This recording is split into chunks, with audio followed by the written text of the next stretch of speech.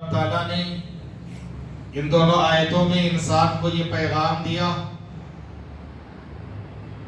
کہ ہماری زندگی کا مقصد کیا ہے، مقصد حیات، مقصد وجود، اور دنیا میں ہماری آمد کا مقصد کیا ہے۔ سب سے پہلے ایک بات دماغ میں رکھیں کہ اللہ نے ہمیں اس دنیا میں پیدا نہیں کیا۔ ہمارے باپ آدم علیہ السلام کو اللہ نے کہاں پیدا کیا؟ اوپر۔ پیدا کرنے کے بعد کہاں رکھا؟ جنت میں۔ تو آدم اور حوا ہمارے جو اصل ماں باپ ہیں، ان کو اللہ تعالیٰ نے اوپر پیدا کیا ہے نا، زمین پہ پیدا نہیں کیا۔ گرچہ زمین سے مٹی سے بنایا ہے مگر پیدا کیا اوپر، اور اوپر جنت میں رکھا۔ وہ ہمارے ماں باپ کی اصل پراپرٹی ہے۔ کون سی چیز؟ جنت۔ ہمارے ماں باپ کی اصل پراپرٹی جائیداد حاصل کرنا ہے تو وہ جنت۔ وہاں ہمارے ماں باپ سے ایک چوک ہو گئی، اللہ نے اس غلطی کی پاداش میں دنیا میں بھیج دیا۔ ہم دنیا میں آئے نہیں، دنیا میں ہم کو بھیجا گیا۔ دنیا میں پیدا بھی نہیں ہوئی، دنیا میں آئے بھی نہیں، بھیجا گیا۔ اور اس دنیا میں ہمیں رہنا بھی نہیں، اس دنیا میں ہمیں رہنا بھی نہیں ہے، جانا اصل وہیں پر ہے۔ یاد رکھیے میرے بھائیوں، اس مختصر سے ایک تمہیدی اور ایک نقطے کی بات کو آپ دماغ میں رکھیں، اور اس کے بعد ہماری یہ جو زندگی ہے، انسان کی جو باڈی ہے، اس کے اندر دو چیزیں ہیں، ایک ہے باڈی اور ایک ہے روح، جسم اور روح۔ یہ دو کی آمیزش سے انسان بنتا ہے۔ اگر ایک بھی الگ ہو، جیسے ہم روحوں کی دنیا میں تھے تو اس وقت جسم نہیں تھا، اس وقت ہمیں انسان کہا جاتا تھا نہیں۔ دنیا میں آنے سے پہلے جو ہے اس کو انسان کہیں گے نہیں کہیں گے۔ روح جسم سے جدا ہو جائے اس کو بھی انسان نہیں بولتے، ڈیڈ باڈی بولتے ہیں، لاش بولتے ہیں، موتا میت بولتے ہیں نا۔ یہ دونوں کو ملا کر ہی انسان ہے، ٹھیک ہے۔ جسم کو اللہ تعالیٰ نے مٹی سے بنایا، اس کی ہر ضرورت مٹی پہ رکھی ہے، کھانا پانی، آرام، رہنا سہنا، گھومنا پھرنا، چلنا پھرنا، کمائی، جو کچھ ہے ساری ضرورت مٹی پہ ہے۔ آخر کار اس جسم کو کہاں جانا ہے؟ مٹی میں جانا ہے، ختم۔ روح جس کو جسم کے ساتھ جس کا سب تعلق ہے، روح کو اللہ نے اپنے پاس سے بھیجا ہے نا۔ ماں کے پیٹ میں بچہ جب 120 دن کا ہوتا ہے، صحیح مسلم کی حدیث ہے، ماں کے پیٹ میں بچہ جب 120 دن کا ہوتا ہے، اللہ تعالیٰ روح کو بھیجتا ہے فرشتے کے ذریعے سے کہ جاؤ فرشتہ روح پھونک کے آؤ۔ روح کہاں سے آئی ہے؟ اللہ کے پاس سے۔ روح کو بھی آخر کار کہاں جانا ہے؟ اللہ کے پاس ہی جانا ہے۔ مرنے کے بعد جسم یہاں مٹی پہ، روح وہاں ہے۔ روح جیسے جسم تھکتا ہے، اس کو آرام کی ضرورت ہے، غذا کی ضرورت ہے، پانی کی ضرورت ہے، روح بھی تھکتی ہے، روح بھی تھک جاتی ہے، روح بھی متاثر ہو جاتی ہے۔ اس روح کو بھی غذا چاہیے، آرام چاہیے۔ اگر اس روح کو غذا اور آرام دیں گے، روح صحیح سلامت رہے گی۔ اور اس روح کو جیسے جسم مر جانے کے بعد خود بخود باڈی قبر میں جا سکتی ہے، اس کو انسان کندھا دے کے لے جانا پڑتا ہے۔ روح بھی خود بخود جائے گی نہیں اللہ کے پاس۔ اگر آپ نے روح کو طاقت نہیں دی، غذا نہیں دی، تو یاد رکھیے یہ روح بھی اوپر نہیں جائے گی۔ حدیث میں کیا ہے؟ ترمذی کی روایت ہے، پیارے نبی صلی اللہ علیہ وسلم نے فرمایا، انسان جب اس دنیا کے آخری مرحلے میں ہوتا ہے اور آخرت کے پہلے مرحلے پہ ہوتا ہے، فرشتے آتے ہیں، اچھا انسان ہے تو اس کو بہترین جنتی لباس میں اچھے خوب روح کے ساتھ اچھے چہرے کے ساتھ خوشبودار انداز میں فرشتے آتے ہیں، ویلکم کہتے ہیں، اچھے انداز میں اس کی روح قبض کر کے جنتی لباس میں ملبوس کر کے آسمان لے جاتے ہیں، اور آسمان کا دروازہ کھولا جاتا ہے۔ ساتواں آسمان کے دروازہ کھولنے کے بعد اس کا ویلکم ہوتا ہے اور اس کو جنت میں یعنی علین میں رکھا جاتا ہے اوپر۔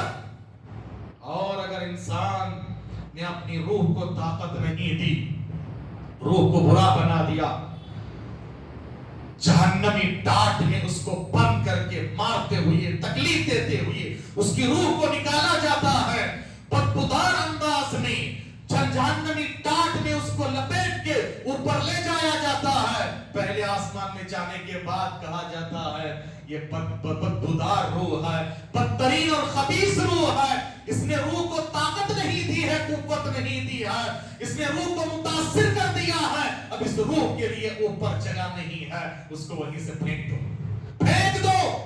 اور اس بدترین روح کو پھینک دیا جاتا ہے اور وہ زمین کے نیچے دھستے ہوئے تہ میں جا کے سجین میں اس کو قید کر دیا جاتا ہے۔ یاد رکھیے میرے بھائیوں، یہ اب ہماری ذمہ داری ہے کہ ہم اپنے جسم کو آرام دینے کی پوری بندوبست کر لیے ہیں، جس کو اوپر جانا نہیں ہے۔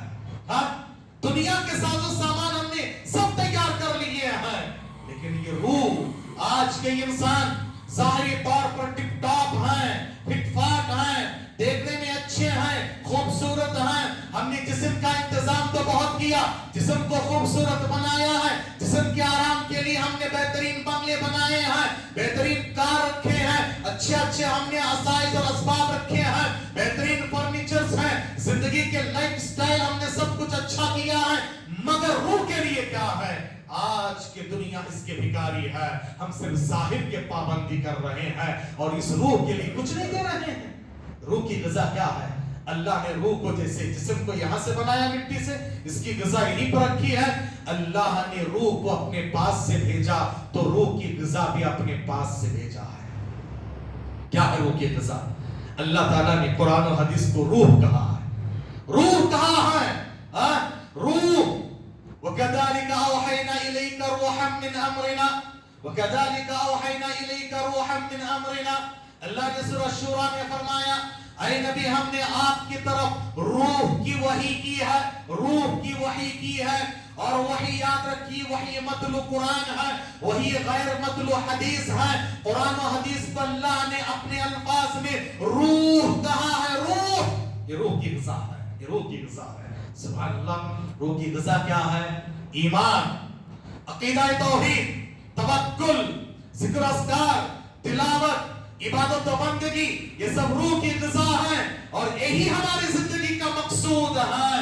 قل ان صلاتي ونسكي ومحياي ومماتي لله رب العالمين لا شريك له وبذلك امرت وانا اول المسلمين۔ کہا کہ دیکھو اللہ نے کہا نبی اب کہہ دیجئے، ابراہیم علیہ السلام کے پس منظر میں آخری نبی کے ذریعے سے بلوایا گیا، قل ان صلاتی، کہہ دو کہ میری ہر طرح کی عبادت و بندگیاں، وہ نسکی، میری ہر طرح کی قربانیاں، اور میرا جینا، میرا مرنا، سب کچھ اللہ کے لیے ہے۔ اور اللہ کے لیے اس وقت یہ کام کرو گے جب تم توحید پر ہو، لا شریک لا، لا شریک لا، اس کے کوئی شریک نہیں ہے۔ توحید کے ساتھ، ایمان کے ساتھ، عقیدے کے ساتھ، توکل کے ساتھ، یقین کے ساتھ جب تم یہ عبادت کرو گے، یہ عبادت اللہ کے لیے ہو، تو اس وقت تم کہہ سکتے ہو انا اول المسلمین، میں مسلمان۔ اور ایک بندہ مسلمان کب ہوتا ہے؟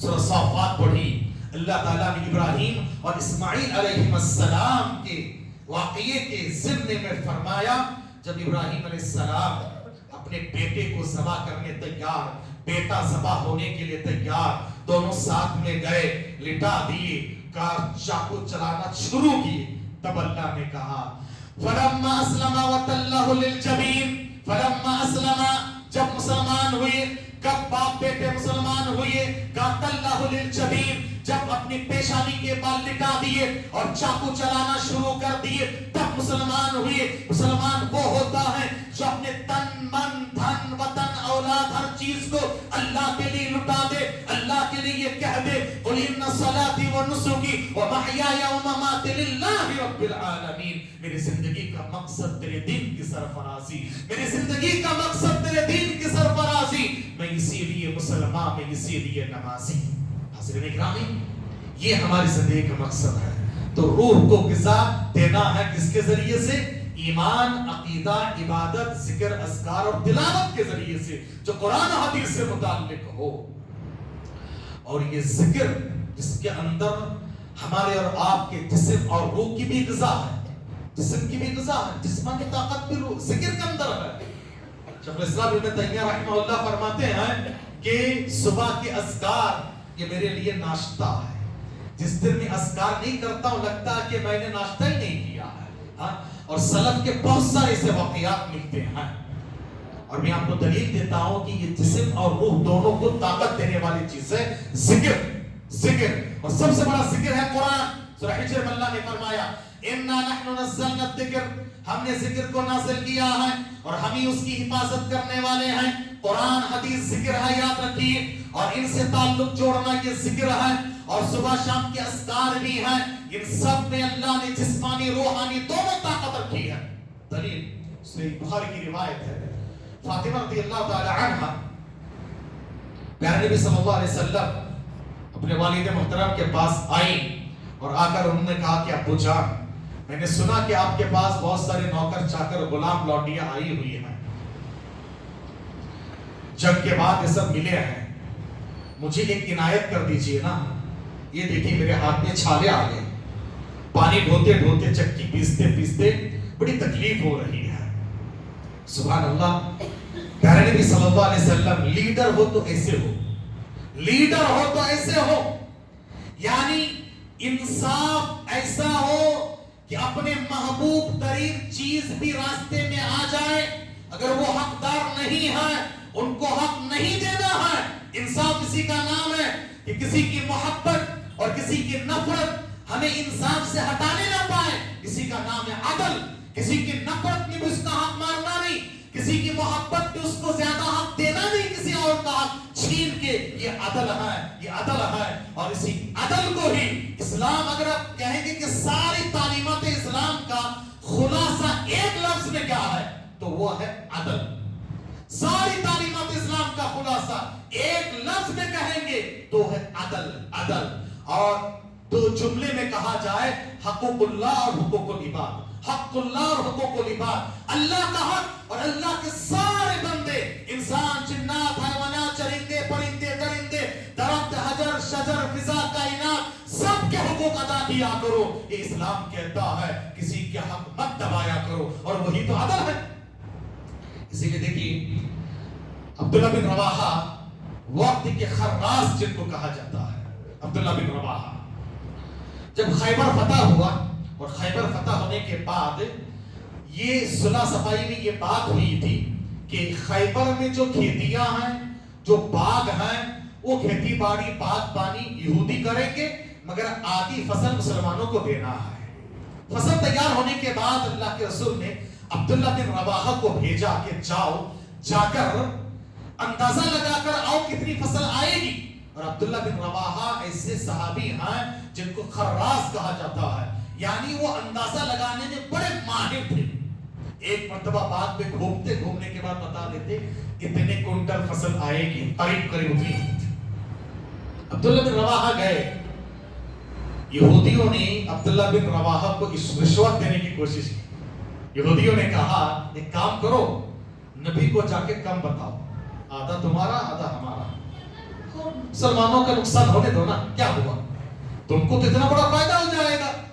ہاں، رشوت یہ ان کی گھٹی میں پڑی ہوئی ہے، یہود کی گھٹی میں پڑی ہوئی ہے، اور تاریخ کے، انسانی تاریخ کے سب سے خبیث ترین قوم ہے، یاد رکھیے۔ اور ہر برائی کے پیچھے ان کا ہاتھ ہوتا ہے، پیچھے سے، سامنے آ کر وار نہیں کریں گے، ہر وقت ان کا یہ کام ہے، دوسروں کے حق تلفی کرو۔ بہرحال یہ الگ تاریخ ہے۔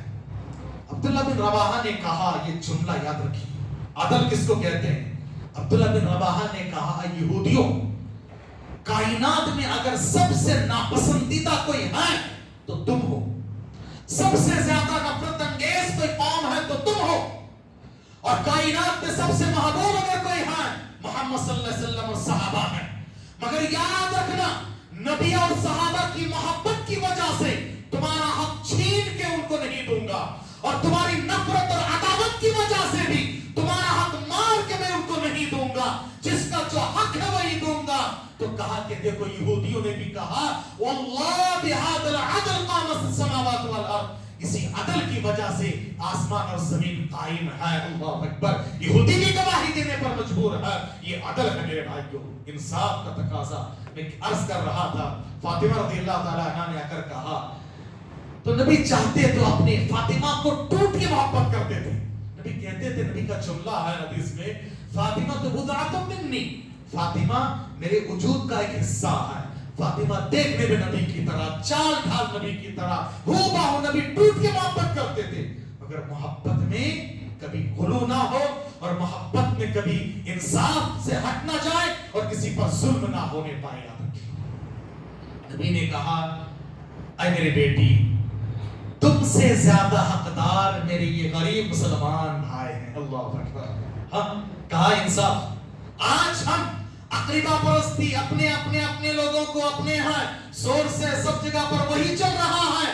نبی نے کہا کہ فاطمہ, دیکھو فاطمہ کا تو فاطمہ کو ناراض کرے مجھے ناراض کرتے, نبی نے کہا, لیکن یہ عام مسلمانوں کا حق ہے, اور لیڈر کو یہ ہونا چاہیے جس کا جو حق ہے حقداروں کو حق دیا کرو, کسی کا حق مت مارا کرو. ہاں یہی اصل لیڈر ہے, تب جا کے دنیا میں کامیابی حاصل کر سکتے ہیں. حضرت نبی نے کہا کہ فاطمہ تم سے زیادہ حقدار یہ میرے مسلمان بھائی ہیں, ایک کام کرو, میں تم کی بات بتاتا ہوں. یہ اصل چیز جو میں بتانا چاہتا ہوں کہ ذکر میں روح کی بھی غذا ہے, جسم کی بھی غذا ہے.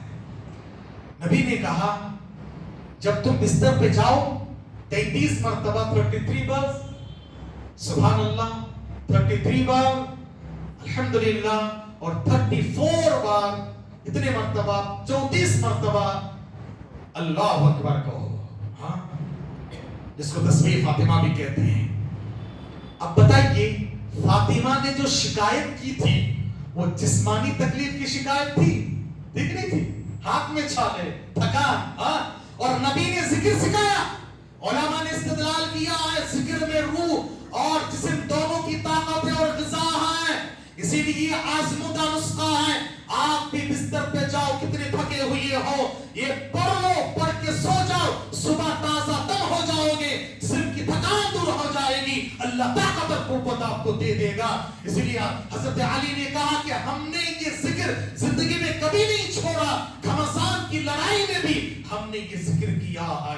یاد رکھیں میرے بھائیوں, یہ ذکر ہے جس میں روح کی غذا ہے, ہمیں چاہیے کہ روح کو سنواریں. حضرین اس مختصر سے تمہید کے بعد, اس کے مختصر ہے بلکہ مطول تمہید ہے, اس کے بعد میں آپ کے سامنے رکھنا چاہتا ہوں. میں نے عرض کیا کیا کہ ہم دنیا میں خود سے آئے نہیں, دنیا میں ہمیں بھیجا گیا, دنیا میں رہنا بھی نہیں ہے, دنیا میں ہمیں ہمارے اصل باپ ماں کو دنیا میں پیدا بھی نہیں کیا گیا. آدم اور حوا کو آسمان میں پیدا کیے, جنت میں رکھے, ان کی غلطی کی پاداش میں یا دنیا میں ہمیں سزا کاٹنے کے لیے بھیجا گیا. اسی لیے سے مسلم کی روایت کو اہل علم نے لکھا ہے کہ سمبولک سینٹنس ہے, تشبیہ کے اندر وہ کیا ہے, الدنیا سجن المومن وجنت للکافر, یہ دنیا مومن کے لیے قید خانہ ہے, کافر کے لیے جنت نما ہے. کیا مطلب ہے, جیسے ایک آدمی اپنے گھر میں تھا, کوئی گناہ کیا, کوئی جرم کیا, اس کو اپنے گھر سے اٹھا کے قید خانے میں ڈالا جاتا ہے. ہمارے ماں باپ اصل گھر میں تھے, ہمارے ماں باپ کی اصل جائیداد, اصل گھر کون سا ہے, جنت ہے. اللہ نے پیدا کرنے کے بعد جنت میں رکھا تھا, غلطی ان سے ہو گئی, پھل کھا لیے, اللہ نے اب قید خانے میں ڈال دیا ہے. قید خانے میں اگر تم صحیح طریقے سے رہو گے, اگر رب کو خوش کر دو گے, تو اب تمہیں اس قید سے نجات دے کر تمہارے گھر باعزت بری کر کے واپس کر دے گا. گھر واپسی ہوگی, اصل گھر واپسی وہ ہے, جنت حاصل ہو جائے, اصل جائیداد, اصل کامیابی یہی ہے. اور جس کو جنت نہ ملی,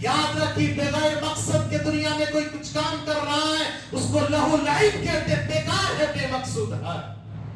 اور اسی کے لیے رب کو ثابت کرنے کے لیے کوئی بہت بڑی ڈیبیٹ کی ضرورت نہیں ہے کہ گاڈ ایگزسٹ ہے کہ نہیں ہے.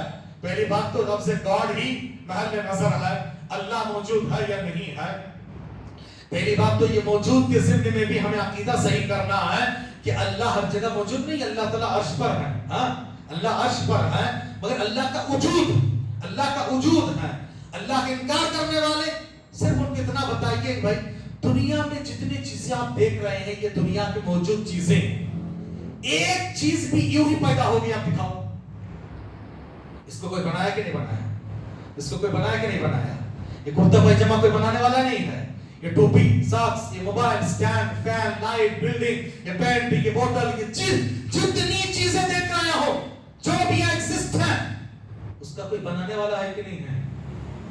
تو جب دنیا کی معمولی چیزوں کا کوئی بنانے والا ہے، اتنی بڑی کائنات کا کوئی بنانے والا نہیں ہوگا؟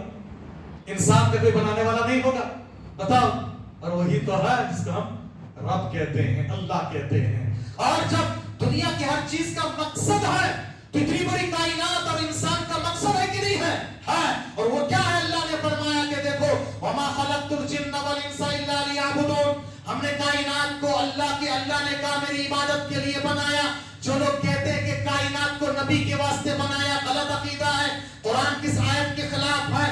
اور جو حدیث پیش کرتے وہ حدیث نہیں، فیبریکیٹڈ موضوع بے بنیاد روایت ہے. لولا ما خلقت الافلاک، اے نبی آپ نہ ہوتے تو کائنات نہ بناتا. بے بنیاد روایت ہے، حدیث نہیں ہے. اللہ نے کہا کائنات کو اللہ نے سورہ زاریات آیت نمبر 56 50 پر 6 وہ بھی میں نے بتا دیا. وما خلقت الجن والانس الا لیعبدون. کائنات کو اللہ تعالیٰ نے عبادت کے لیے پیدا کیا ہے، اللہ کی عبادت کے لیے بنایا ہے. اور یاد رکھیے کائنات کے انسان و جنات کو اللہ کی عبادت کے لیے، تو کائنات کی ہر چیز کو اللہ نے انسان اور جنات کے فائدے کے لیے بنایا ہے. سبحان اللہ. اس لیے دیکھتے ہیں کہ نا ساری چیزیں انسان تمہارے کنٹرول میں ہے. یہ آسمان، یہ زمین، یہ ستارے، یہ سیارے، یہ آربٹ، یہ گیلیکسیز، یہ کیا کیا ہے، ستاروں سے آگے جہاں اور بھی ہے، یہ پہاڑ، ندیاں، تالاب، یہ ریگستان، کیا کیا سب انسان تمہاری مٹھی میں ہے. آسمان پہ تم کمندے ڈال چکے ہو، سمندر کے تہ بالا کو ایک کر دیتے ہو، ریگستان میں چلتے پھرتے ہو، پہاڑوں کی اونچائی پہ چڑھ جاتے ہو، فضا میں کائنات کے پرندوں کی طرح ان سے بھی اچھا تم اڑنا سیکھ گئے ہو، سب کچھ کر رہے ہو. مگر تم اپنے وجود کے مقصد کو نہیں پہچانے کہ ان ساری چیزوں کو اللہ نے تمہارے لیے بنایا ہے، ان سب کو تمہارے لیے، اور تم کو اللہ نے اپنی عبادت کے لیے بنایا. کیوں عبادت کے لیے؟ تاکہ تمہیں اپنے گھر واپس کر دے جنت. اور یاد رکھیے جنت ہم اور آپ اپنے اعمال سے حاصل نہیں کر سکتے، وہ رب کو خوش کر کے رب کے فضل سے حاصل کر سکتے. ہمارے ماں باپ آدم علیہ السلام حوا کو اللہ نے جنت میں رکھا، نیکیاں کچھ کیے تھے؟ ابھی تو کچھ نہیں بھائی، اللہ اپنے فضل سے رکھا. اسی لیے علماء عقیدے کی اونچی کتابوں میں لکھتے ہیں نیکوکاروں کو جنت میں داخل کرنا اللہ کا فضل ہے، اور گنہگاروں کو جہنم میں داخل کرنا اللہ کا عدل ہے. جتنے ایتھسٹ ہیں نا وہ لوگ یہی کہتے ہیں کہ کوئی برا ہے، کیا قصور اس کا ہے، کیوں برائیاں ہو رہی ہے، چھوٹا بچہ مر جاتا بیماری میں، کیوں کیا قصور ہے؟ ایک تو پہلی بات ہے برائیاں کم ہیں، زیادہ کبھی کبھار ہوتا ہے نا، یہ بھی ایک آزمائش اللہ دیکھنا چاہتا ہے کہ اللہ آپ کو اونچا مقام دینا چاہتا ہے جنت میں. آپ کے صبر کا امتحان اللہ تعالیٰ لینا چاہتا ہے، اور آپ جب صبر کرو گے اللہ تعالیٰ جنت اونچا مقام دے گا. یہ اللہ کی آزمائش حکمت ہے، حکیم اللہ تعالیٰ اللہ کو پتا ہے. جیسے اس کی مثال، چھوٹا بچہ چاقو لے کے کھیل رہا ہے، ماں باپ اسے چھین لیتے ہیں، بچہ روتا ہے، چیختا چلاتا، وہ سوچتا ہے کہ میرے ماں باپ نے میرے ساتھ ظلم کیا ہے نا، لیکن اس کو پتا نہیں کہ اس میں اس کا نقصان ہے. پتا ہے ایسے ہی اللہ تعالیٰ اگر کوئی تکلیف دیتا کچھ بھی ہے، اس میں اللہ نے کیا مقصد رکھا ہے وہ ہمیں اور آپ کو پتا نہیں ہے. بچہ رو رہا سمجھ رہا کہ میرا نقصان ہو گیا، نہیں، اس کے فائدے کے لیے ماں باپ نے کیا ہے، تمہیں پتا نہیں چلتا ہے. بہرحال اللہ تعالیٰ نے جب اس ساری کائنات کو بنایا ہے، بنانے کے بعد اللہ نے ایک ذمہ داری دی ہے. وہ کیا ذمہ داری؟ اللہ کی عبادت اور امانت. اللہ نے سورہ احزاب میں فرمایا إنا عرضنا الأمانة على السماوات والأرض والجبال فأبين أن يحملنها ويشفقن منها وحملها الإنسان إنه كان ظلوما جهولا. یقیناً ہم نے اس امانت کو آسمانوں زمین اور پہاڑوں پر پیش کیا. سب ڈر گئے تھا کہ نہیں ہم کو نہیں چاہیے, ہم اٹھا نہیں سکتے ہیں. آسمان اپنی اونچائی کے باوجود, زمین اپنی وسعتوں کے باوجود, پہاڑ اپنی مضبوطی کے باوجود اٹھانے سے انکار کر دیے کہ نہیں بھائی ہم اس امانت کو اٹھا نہیں سکتے ہیں. فحملها الانسان, انسان نے اس کو اٹھا لیا ہے. انه كان ظلوما جهولا, انسان بڑا ظالم اور جہول ہے, جاہل ہے. جاہل نہیں کہا, جہول کہا, یعنی جس کے اندر علم حاصل کرنے کی صلاحیت ہے مگر نہ کرے وہ جہول ہے, اور جس کے اندر انصاف کرنے کی صلاحیت ہے مگر نہ کرے وہ ظلم ہے, وہ ظلم ہے. ظلوما جہولا. تو یاد رکھیے میرے بھائیو, یہ بوجھ آسمان زمین پہاڑ نہیں اٹھا پائے لیکن انسان تو اٹھا لیے. انسان جب آدم علیہ السلام کے سامنے اللہ نے کہا یہ شریعت کی عبادت و بندگیاں تمہارے سر ہے, قبول کرو گے؟ آدم نے کہا کہ مجھے کیا ملے گا؟ اللہ نے کہا جنت ملے گی. ہاں منظور ہے. آسمان زمین پہاڑ نہیں, ہم نہیں اٹھا سکتے, انکار کرتے ہیں. اب یہ ہماری زندگی کا مقصد ہے کہ ہم نے جو ذمہ داری ہم نے لی ہے اور جو اقرار ہم نے کیا ہے اس کو نبھاؤ. اب آئیے وہ ذمہ داری اور اقرار کیا کیا کر بات ختم کرتے ہیں. اقرار ہم نے سب سے پہلے کیا جس کو وعدہ الستو کہا جاتا ہے. اللہ تعالیٰ نے سورہ اعراف میں بیان فرمایا ہے کہ اللہ تعالیٰ نے آدم علیہ السلام کو پیدا کیا, ان کی پیٹھ میں رہنے قیامت تک آنے والی ساری روحوں کو وہاں پیدا کیا اور سب کو نکالنے کے بعد جنت میں رکھا. ایک جنت دیکھو, ساری روحوں کو اللہ نے جنت میں رکھ کے ایک وعدہ لیا, ایک اقرار کروایا. وہ کیا ہے؟ الستو بربکم قالوا بلی شہدنا. اللہ نے کہا کیا تم اس بات کا اقرار کرتے ہو کہ میں تمہارا رب ہوں؟ سبوں نے کہا کیوں نہیں اللہ تعالیٰ, تو ہی ہمارا رب ہے, ہم اقرار بھی کرتے ہیں, گواہی بھی دیتے ہیں, یہ ہم نے وعدہ کیا, یہ ہم نے اقرار کیا ہے. اب دنیا میں آنے کے بعد ہم اس کو اگر بھلا دیے اور بدل گئے تو اللہ نے نبیوں کو بھیجا ہے مزید رحمت کے طور پر یاد دلانے کے لیے. اگر اس کے باوجود بھی تم نے نبیوں کی بات بھی نہیں مانی ہے اور نافرمانی کی ہے, اب تمہیں جہنم جانا پڑے گا. یاد رکھیے میرے بھائی کو, یہ وعدہ الستو, اللہ کو رب مانا ہے, یہ ہمیں نبھانا پڑے گا. اور ہم نے نبیوں کے اقرار بھی کیا ہے کہ اللہ کا فیصلہ ہے کہ نبیوں کے راستے پر چلے. حضرین, اور یہ جو اقرار ہے, یہ جو اقرار ہے اور اقرار کے ساتھ ساتھ ہمارے اوپر جو ذمہ داری عائد ہوئی ہے وہ امانت ہے. اس امانت کو نبھانا ہے, اور اس کو نبھانے کے لیے ہمیں کیا کرنا ہے؟ علم حاصل کرنا ہے. علم حاصل کرنا ہے. عقیدہ کیا ہے, ایمان کیا ہے, توحید کیا ہے, عبادت کیا ہے, امانت کیا ہے, ذمہ داری کیا ہے. جب آپ کو علم ہی نہ ہو تو کیسے نبھاؤ گے بھائی؟ اسی لیے کہا کہ دیکھو سب سے پہلے علم حاصل کرو, اور اسلام کی پہلی وحی یہی ہے, اقرأ باسم ربک الذی خلق. پڑھو, صرف پڑھو نہیں.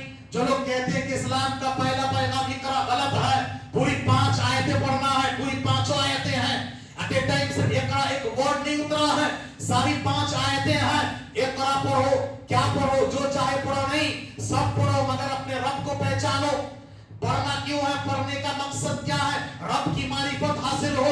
ایسی پڑھائی جس کے ذریعے سے رب کا انکار کرنے والا بن جائے اور رب کے نافرمان بن جائے. ایسی پڑھائی سے کوئی فائدہ نہیں ہے. ایسی پڑھائی پڑھو, اقرأ باسم ربک الذی خلق, پروردگار کے نام سے پڑھو جس نے تم کو پیدا کیا. خالق کی پہچان ہو, رب کی معرفت حاصل ہو, ایسا علم حاصل کیا کیجیے. اور اس کے ساتھ تم جو چاہے کرو. تم شوق سے کالجوں میں پڑھو, جہازے کے غباروں میں اڑو, پارکوں میں جھولو, مگر یاد رکھنا بندہ عاجز کی سکن, یاد رکھنا تم اپنے رب کو اور اپنی حقیقت کو نہ بھولو. سب کرو مگر اپنے رب کو پہچانو. علم پہلے کیا حاصل کرنا؟ سب سے پہلا علم رب کی معرفت ہو, نبی کی معرفت ہو, دین اسلام کی معرفت حاصل ہو. اور انہی کو کہا جاتا ہے اصول ثلاثہ, 3 fundamentals of اسلام. اور یہی قبر کے 3 سوالات کی ہے. تمہارا رب کون ہے, تمہارا نبی کون ہے, تمہارا دین کیا ہے. سارے عقیدے کا خلاصہ ان 3 باتوں میں ہے. اور ان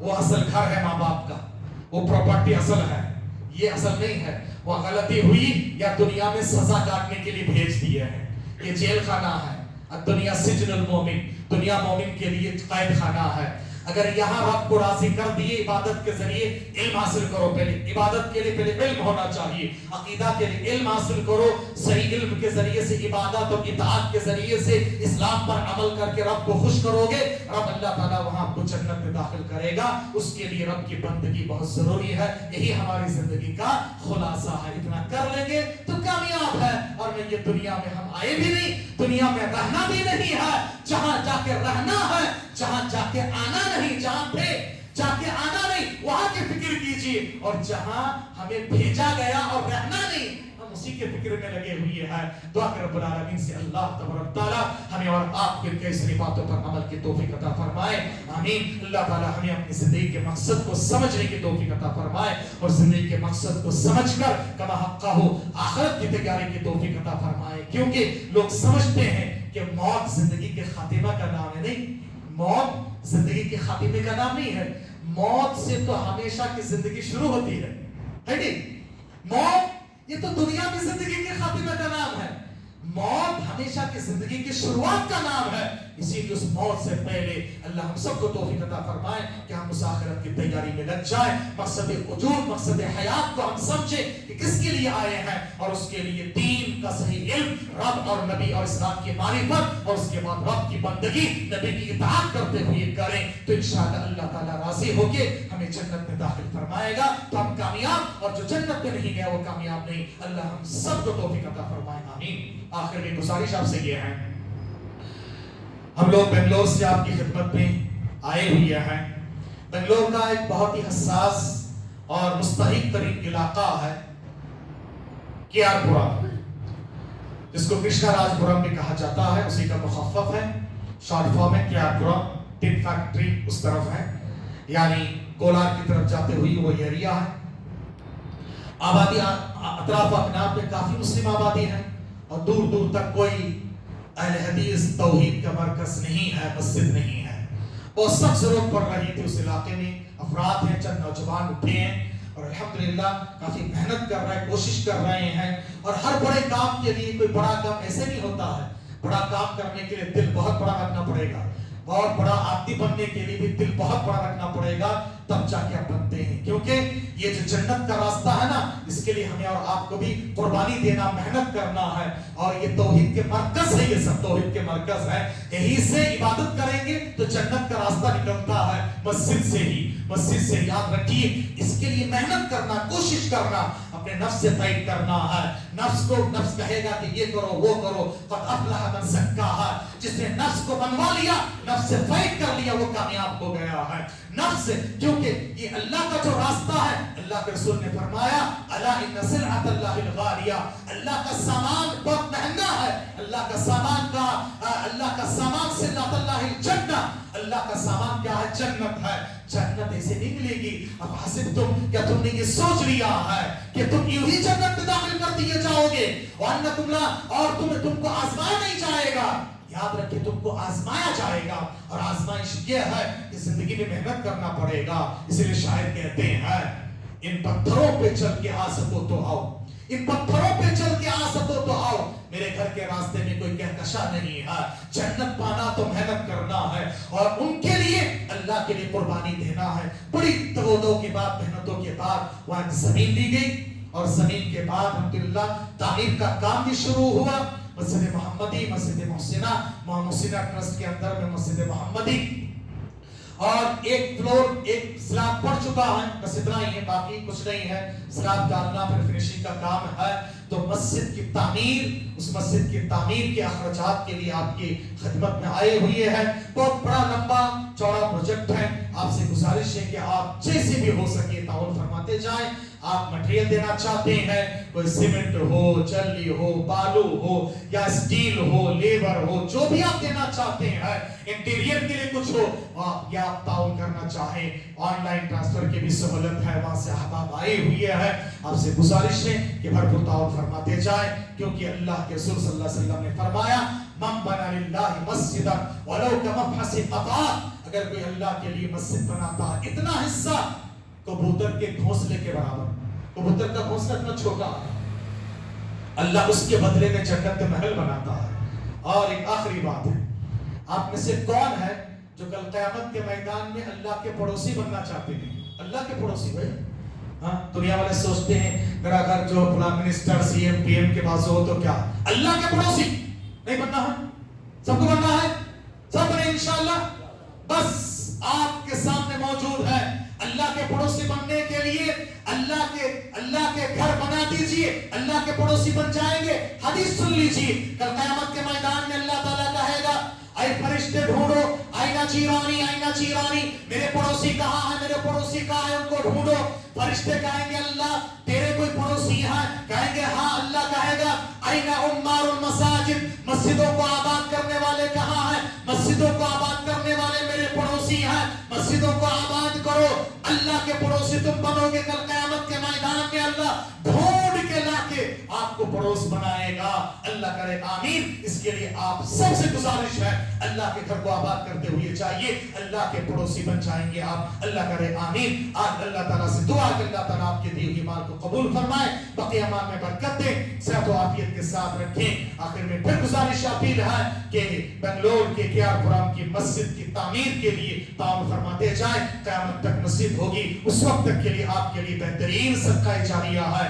ساری عبادتوں میں اور جتنی نیکیاں ہوں گے آپ اس میں شامل ہوں گے۔ خواتین سے بھی گزارش ہے، اور ہماری جماعت میں خواتین کا اچھا خاصا کانٹریبیوشن رہتا ہے۔ اللہ نے قرآن میں فرمایا لن تنالوا البر حتى تنفقوا مما تحبون، تم نیکی اس وقت تک پا نہیں سکتے جب تک تم اپنے پسندیدہ چیزوں کو اللہ کے راستے میں نہ دو۔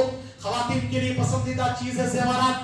آپ دل کو کاٹ کے دل کو سمجھاؤ اور اس کو سمجھا کے اللہ کے راستے میں دو، اللہ تبارک تعالیٰ اس کے لیے آپ کو نیکی سے مالا مال فرمائے گا، جنت میں داخل فرمائے گا۔ اللہ کے رسول صلی اللہ علیہ وسلم نے فرمایا کہ دیکھو داؤ مرضاکم بالصدقہ، اپنے بیماروں کا علاج صدقہ و خیرات سے کیجئے۔ یہ مدرسہ مسجد کے ساتھ ساتھ مدرسہ بھی ہے، لہٰذا آپ اپنے بیماریوں کا علاج اپنے منچاہی زندگی کو کے لیے اللہ کو منانے کے لیے، اللہ کے رسول نے فرمایا اللہ کے غیظ و غضب کو صدقہ خیرات کے ذریعے سے کم کرو، بڑے فائدے ہیں اس کے۔